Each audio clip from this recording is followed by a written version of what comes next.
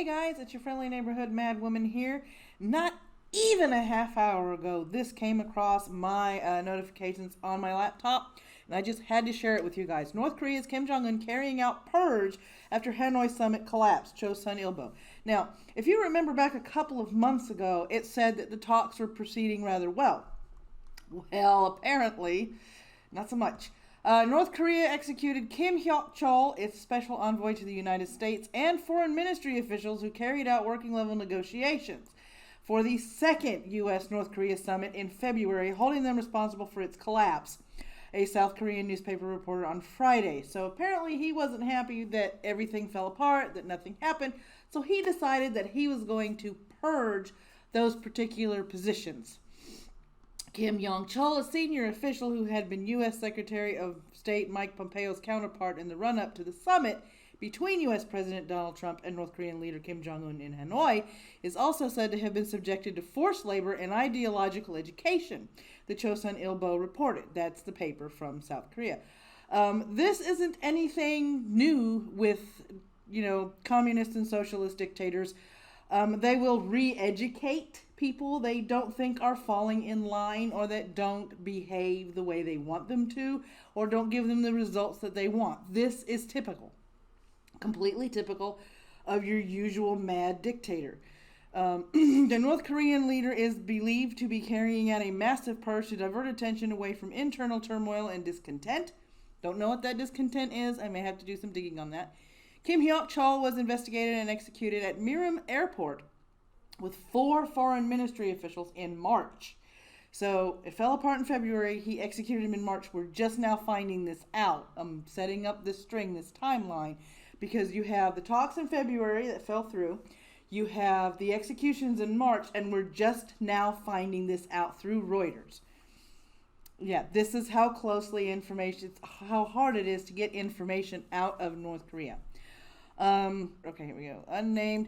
North Korea's source said, according to the Chosun Ilbo, adding that they were charged with spying for the United States. A little bit of paranoia sensing there.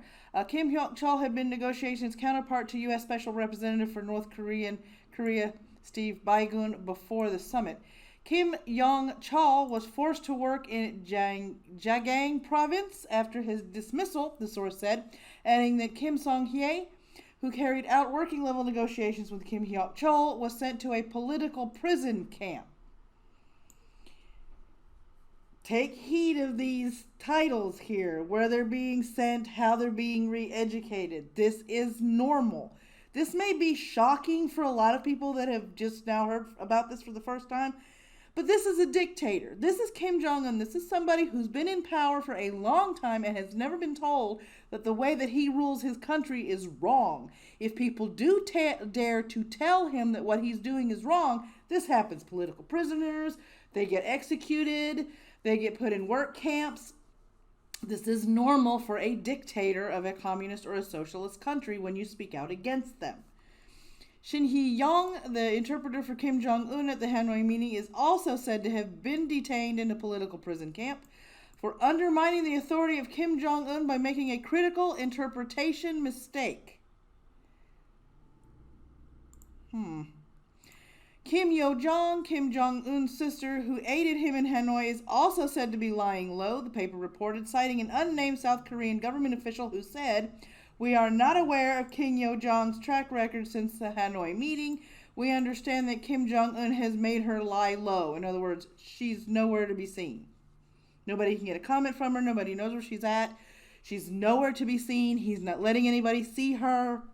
So did she screw up somehow? Did she misstep somewhere? Did she do something that her brother didn't want her to do? We don't know.